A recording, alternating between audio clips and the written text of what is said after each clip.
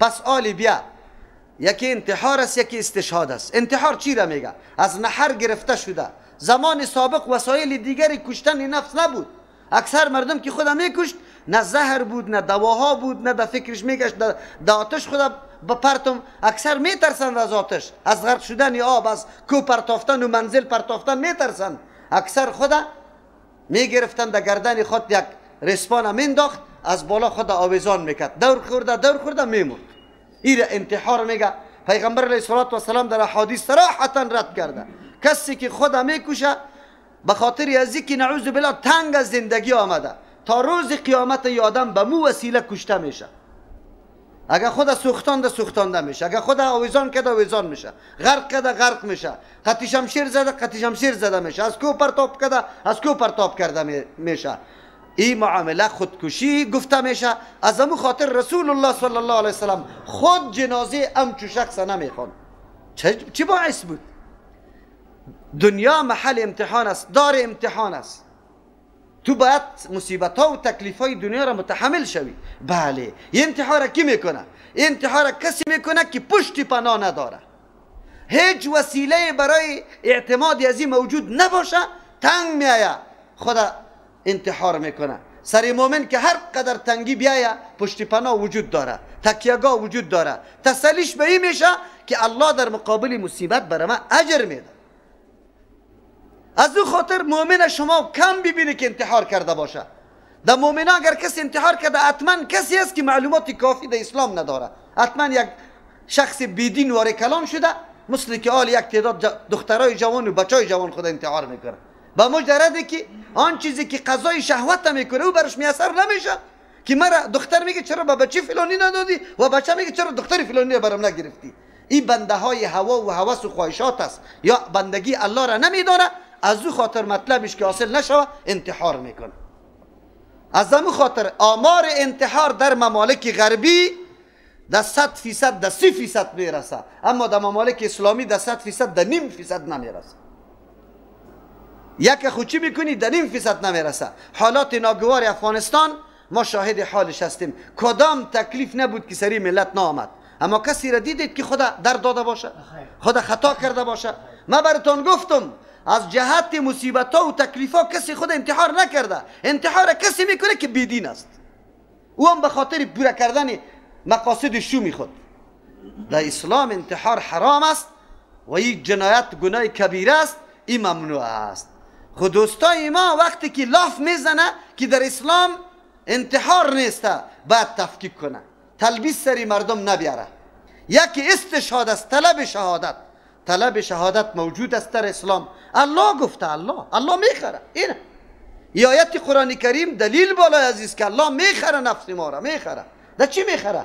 فیقتلون و یقتلون، هم میکشه هم خود کشته میشه. فرق در کجاست؟ بله، کسایی که امروز خود انفجار میده در بین کفار. قطع زمان سابق اینی که فرق داره. در زمان سابق در معرض جنگ، در این طور جنگ خود پیش میکرد صحابه که در 100% 0.5% احتمال نجات نبود.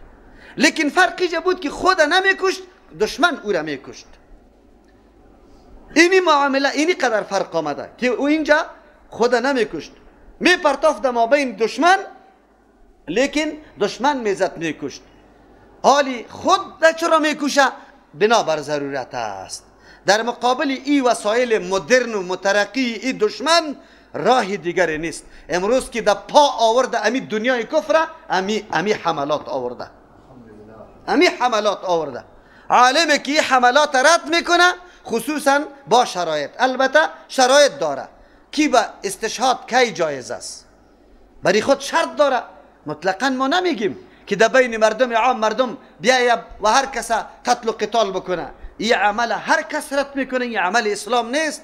و کسی که این استشهاد میگه یقینا که فتوای غلط داده، حکم غلط داده. اما برای شکستاندن اونمو کفار، شکستاندن اون مردمی که دینی تا به عزت کرده، ناموسی تا به عزت کرده، تو از این وسیله کار میگیری و شرطایشان پوره باشه، بالکل درست و جایز است. کسی رد کرده نمیتونه، راه نداری. از امو خاطر علما شرط میگذاره. اول شرط امی خود انفجار دادن به خاطر رضای الله متعال باشه، نه به خاطر پول پیسه و گپا باشه. یک، به خاطر رضای الله باشه، به خاطر بالا بردن تنظیم نباشه، به خاطر دفاع از ملک نباشه. ملک، وطن، افغانی در مقابل پاکستانی، پاکستانی در مقابل افغانی، این گپا نباشه. این کشتن به خاطر زمین است. زمین کلش از الله متعال است. هیچ فرقی در بین پاکستان، افغانستان و سعودی و ایران و گپا وجود نداره. سرزمین الله متعال است. سرحد بندی را کفار کرده، مسلمانان را تقسیم کفار کرده. مسلمان است، ولو در سرزمین چین است، امریکاست، کلش سرزمین الله متعال است. امروز مردم به خاطر تنظیم، به خاطر مذهب، به خاطر قوم، به خاطر وطن خودم میکشه. این کشتن در راه الله نیست. این را یاد داشته باشید. و نه کسی کلمه شهید مقدسه سری تو را آدم گرفته میتونه. این را یاد داشته باشه. شهید کسی را میگه که او مبارزه میکنه لتکون کلمت الله هی العلیا، نظام الله بالا شوه و برقرار شوه، به او خاطر می جنگه. این را میگه. اول شرط اینمی استشهاد است که به خاطر رضای الله متعال باشه. یک شرط. دوم، راه مبارزه دیگه برش موجود نباشه. اگر او میتونه از راه دیگه کافر شکست داده میتونه، ضرورت به این نیست، نیاز به این نیست که تو خدا بکشی. چرا میکشی؟ دو شرط. سوم شرط، امی کاری تو، امی عملی تو مؤثر باشه، دشمن ور خطا کنه.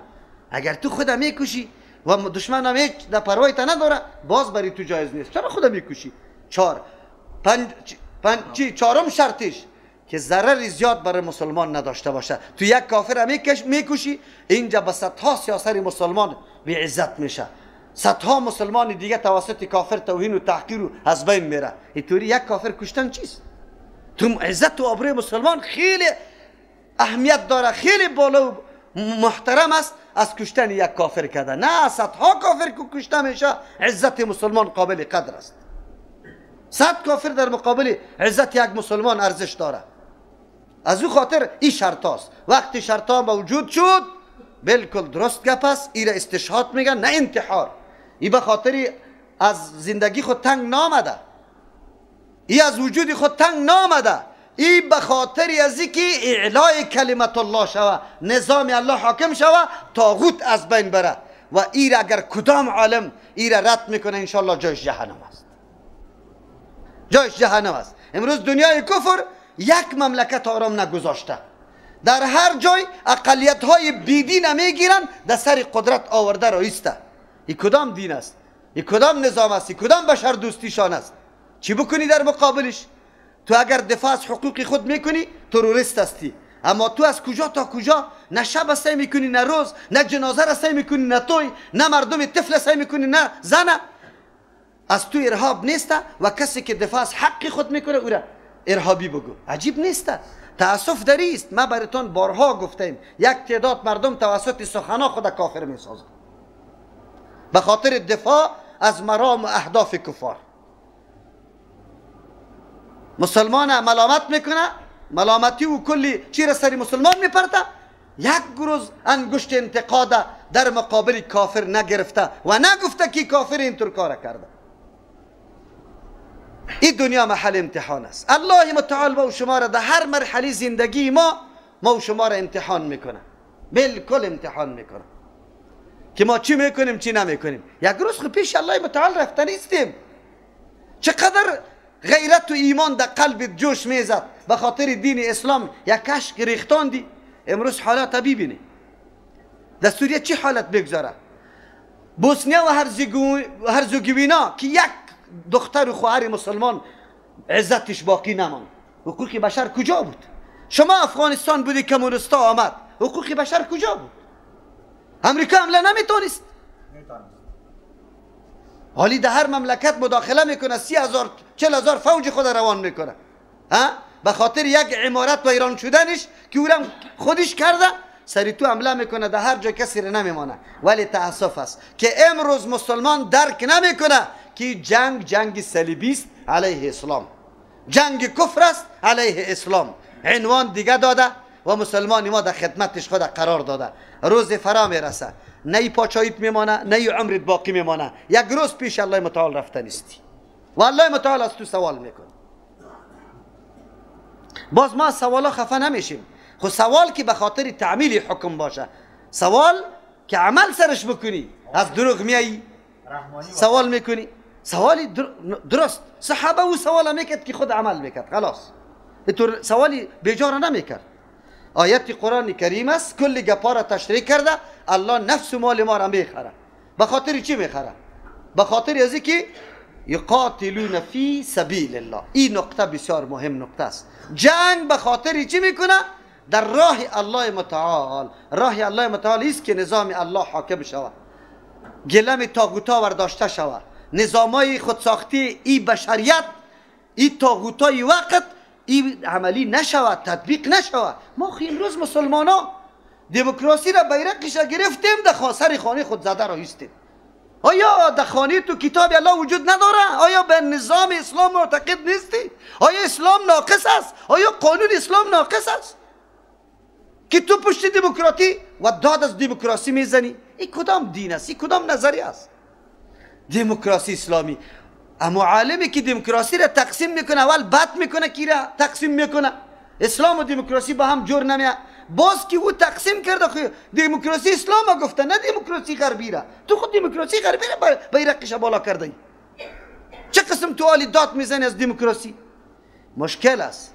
آیات های قرآن کریم او صحابه که اینا پشتی سر میاد، او صحابه که کل عمره فقط جان خدا مال خدا نثار تحقیق کلمه لا اله الا الله کرده، به یک مخالفت، به یک پسمانی از جنگ تبوک چی عتابا میاد؟ چی عتابا میاد؟ ما و تو چی کردیم؟ کدام شهامت، کدام قربانی، کدام جان نثاری از اسلام؟ در کدام جای دفاع کردیم از اسلام؟ در کدام جای دفاع کردیم از شعایر اسلام، از فرامین اسلام؟ در پیش روی ما دختر مسلمان توهین و تحقیر میشه، به عزت میشه، لق لق برش سعی میکنیم. تو جناب پیرداری امو کافر هستی. گفته نمیتونیم. به الله قسم مردمانی هستن که با چشم سر دیدن که کدام کارا میشه. ما پیشم براتون گفتم تا باشی غربی برای باز میبینی کلپا را که چی کلپا از این وطن میبرای، باز براتون معلوم میشه که چی رسوایی ها در اینجا نشده که تو مسلمان دخترها را میبری در مرکز کفار. جنازی تو را دوام ملاسه باز میخوانه، اسقاطش میکنه که کلی گناهش معاف شود. دین روز میره گفتم که ملاسه الله مکلف کرده که ما عبادت کنیم، تو ساقط میکنی. قطعی الله نعوذ بالله جنگ داری. ملاسه خیست دیگه بگرز که نمیگرزی. ما گپ دارم، گپ پسان بزن دیگه، گپ تا بزن. گپ مردمی ما کلی چی میگه؟ اینجا جایی گپ نبود، اینجا جایی نمی گپ است، این قبر است، این مرده است و پیش اینجا ما خودی ما آمده رو ایستیم. اینجا کی نزنیم کجا بزنیم؟ در توی خمار نمیمانه، در توی هم نمیمانه، در مجلس هم نمیمانه. اینجا جایش است. ما میگیم الله متعال رحم بکنه. یقینا اینجا الله متعال میگه که میخره، الله خریدار الله متعال است، جنت برات میده. چی کسی باشه که او دریغ کنه، جان خدا یا مال خدا دریغ کنه، از این طور معامله میکنه. مؤمن قطعا نمیکنه. صحابه کرام مفهوم و مقصد آیت فهمیده بود، نه در خانه خود سعی میکرد، نه در اطفال خود سعی میکرد، نه ای میگفت که نه ما این قدر وقت جنگیدم خیر است یک جنگ نمیرم. نه بهانه عذرا نبود. این پشتی سر واقعه کعب ابن مالک رضی الله عنه روان است. برای ما و شما درس است. الله متعال توفیق بده که ما اینطور نشوه که ایمان ما تباه شوه، از بین بره. و ذلك هو الفوز العظیم. این همی کامیابی بزرگ است. کامیابی بزرگ است که تو چیزی را که الله از پیشت مطالبه کنه پیش کنی، با صدق دل، با کمال رضامندی، با یک چیز احساسات و ولوله و عشق خیلی قوی که تو همه چیز نثار دین الله بکنی. این کامیابی بزرگ است. الطایبون العابدون. این معامله را کدام مردم میکنه؟ کدام مؤمنا که این صفتا را داره؟ الطایبون العابدون الحامدون. الطایبون توبه کننده، کسایی که از پیششان کمی و قصور و کوتاهی شده زود کده بیدار میشه، از غفلت و گمراهی به هوش میایه، از گمراهی به هدایت متوجه میشه، زود کده تلافی میکنه که از ما خطا شده. از پیش انسان، ما انسان هستیم، بسیار کارهای ما خطا شده، گفتارهای ما خطا شده. انسان خود آگاه میکنه کدام معامله ما خطا بود، کدام گپم خطا بود. این اول مرحله است. بعد از او زمانی که تلافی خطایی تا کردی، آلی شروع کن العابدون عبادت کننده، یعنی سرگرم عبادات خاصه و عام است. اگر کدام عبادت مخصوصی خودش است یا با مجموعه و اجتماع مسلمان ها انجام داده میشه، در کلش قدم میگذاره.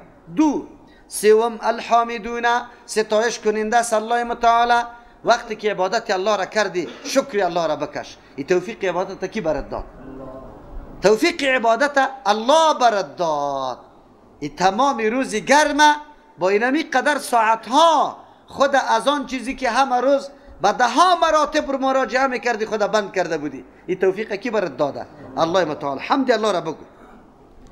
این نتیجه لازمی عبادت است. هر عبادت که انسان میکنه شکر گزاری الله متعال بکنه.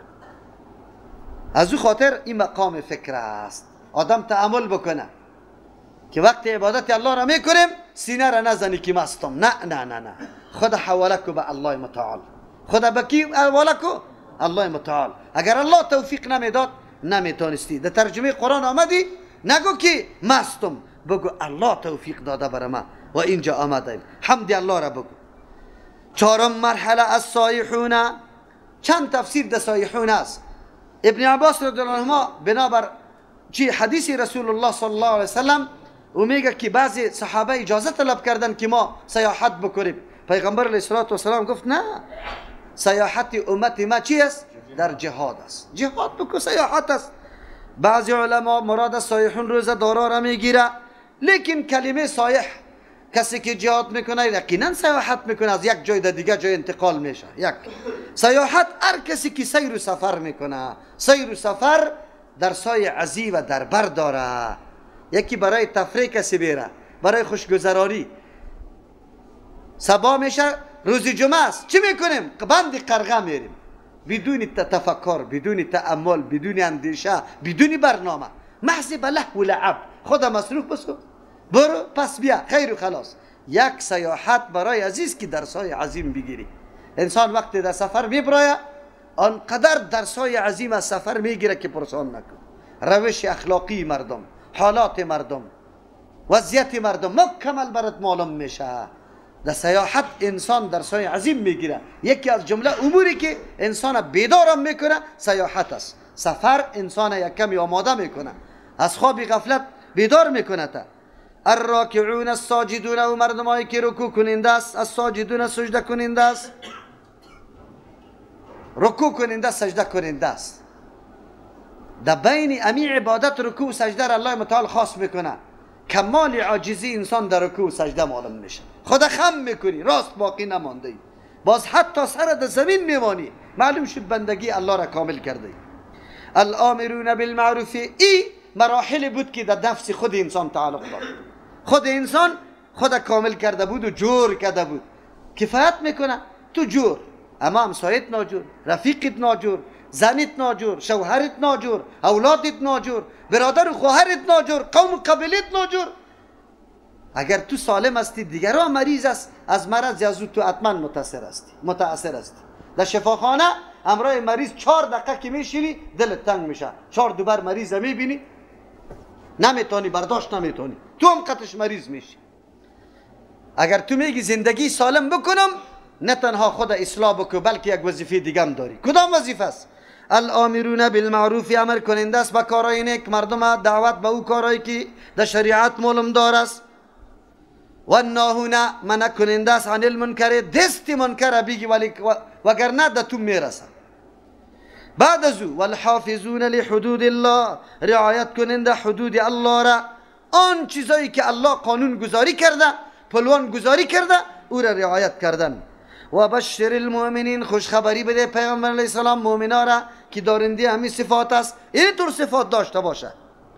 در اینجا الله روش ایمانی انسان مکمل بیان میکنه. کدام راهی که تو طی میکنی کدام راست، از کجا شروع میشه در کجا ختم میشه. این راه مشتمل به کدام صفات است. شروع از توبه میشه، توبه رجوع به سوی الله و رسول الله، خطاهای خود نقصانهای خود اعتراف کردن، از اینجا شروع میشه. حرکت میکنی، پیش میری. حالی مستمر عبادت الله متعال کرده رایستی، بعد از او سینه خدا نمیزنی، تکبر نمیکنی، بعد از او این نسبت به الله میکنی، حمد و ثنای الله را زیاد گفته رایستی. بعد از او پس از اینکه حمد الله را میگیری، آلیده تلاش میشی که دیگه هم ازدیاد پیدا شوه، معلوماتم اضافه شوه، ما دیگه هم برای ما تشویق پیدا شوه برای عبادت. تشویق به عبادت پیدا میشه. بیرون که نظر میکنی درخته، ماره، محتابه، زمینه، آبه، بارانه، دریاره، دریاچره، کوره، درخته، گیاره، کلش تعامل میکنی، میفهمی که کلش در خدمتیم است. الله اکبر. خدا میشناسی، ارزش خدا میشناسی، از او خاطر دستی رکوع میکنی، دستی سجده میکنی که یا الله من عاجز بنده را بیبی و این قدر قدر و قیمت داده نبیبی، این قدر و قیمت الله تو برم داده ای. اینا میگه مرتبه تعلیم و تربیه نفس خود است. خدا عالی در او درجه رساندی که حقیقت حال شناختی، ام خود شناختی ام الله را، که الله کدام ذات است، تو کیستی. بعد از او تلاش میکنی که اصلاح دیگران شوه. بعد از او تو چی میکنی؟ الامرون، عالی تربیه و تعلیم دیگر است. امر کننده است بالمعروف، به چیزایی که او معلوم دارد شریعت است. مردم دعوت بده. دوستیت است دیگه، وقتا دوستیت است، در نماز که میری از تو جدا میشه. خب چطور؟ در هتل 6 خطش دوست، در موتر 6 دوست، در مجلس 6 دوست، در نماز هم خطی خود دوست کو از دستش بگی کش کده ببرش. در ترجمه هم دوستیت شوه. در روزه گرفتنم، در صدقه کردنم کاری خیر است. اینجا کاری خیر است، بده دستیت. هر دوی ما میریم. آمرون بالمعروف، امیر میگه و ناهون عن المنکر، منع کننده از منکر باشه. امروز مردم، ما تاسفم به این، دموکراسی خوب چیز است. دموکراسی به نام بینمین نام عنوان اسلام سرکوب کردن، تو را از حدود الله کشیدن. یک آدم میگه او روز ما تصویراست، همونجا تصویر میبینه، اونه دو تصویر در او شیشه کنده و دیگه هم باقی مانده. تصویرهای کلان کلان از سازنده روی بر روی مسجد. او قدرت الله که دروازه باز باشه، اینجا سنگ کاشیسته، امیال همونه تصویرش معلوم میشه. اینا کسی استاد شاید دمی روی تصویر است. اما همون مسلمان همی قدر او احساس نداره که من روی بروی مسجد چرا همی تصویر بند کنم. افغانستان دمی مرحله رسیده، هر کس که کدام کاری جنایت میکنه میگه کاری شخصی است، تو را غرض نیست. همونطور است یا نه؟ دختر اگر بگی که او دختر چرا بی حجاب قطعی بچه بیگانه دست اندازی میکنه، برو این معامله شخصی ماست، بندیت میکنم. بندیت میکنه. کلی وزارت ها وجود داره، وزارت زنا، وزارت امور جوانا، وزارت چیسته اطلاعات و فرهنگ و کلی وزارت ها. خب وزارت امر بالمعروف و نهی عن المنکر وجود نداره، قطعا وجود نداره. حوزه نفر حوزه اگر کسی عمل به سنت رسول الله در مسجد میکنه، میایه ولچک در دستایش میپرته. خب قمارباز قمار خود علنی میزنه، شرابخور شراب خود علنی میزنه، سودخور سودی خود علنی میکنه. دین بیگا از مسجد حوزه آورده، مردم جنگ کده، جدل کده. چرا میاری؟ تو چی حق داری در مسئله مسجد؟ تعلق به حج و اوقاف میگیره. هنوز یک جماعت تهدید هم بکن، آمری جنایستی، این جنایت است. مسجد کسی جور کرده دیگه مردم تعرض میکنه، مسجد از پیش میگیره. تعجب نیست. به نام دموکراسی مردم از سرکوب کردن، گپی غلط است، نادرست است، طور نمیشه. نهی از منکر وجود نداره، قطعا وجود نداره. هر کار بکن معامله شخصی است، لیکن مؤمن های طور نیست. وظیفه مؤمن، صفت مؤمن نیست که من از منکر میکنم. والحافظون لحدود الله، این خلاصه است. کسی که حفاظت حدود الله را میکنه. حدود الله چیست؟ حدود الله، تمام مامورات الله حدود است، تمام منهیات الله حدود است. کلش رعایت کردن، مامورات عملی کردن، از منهیات خودداری کردن.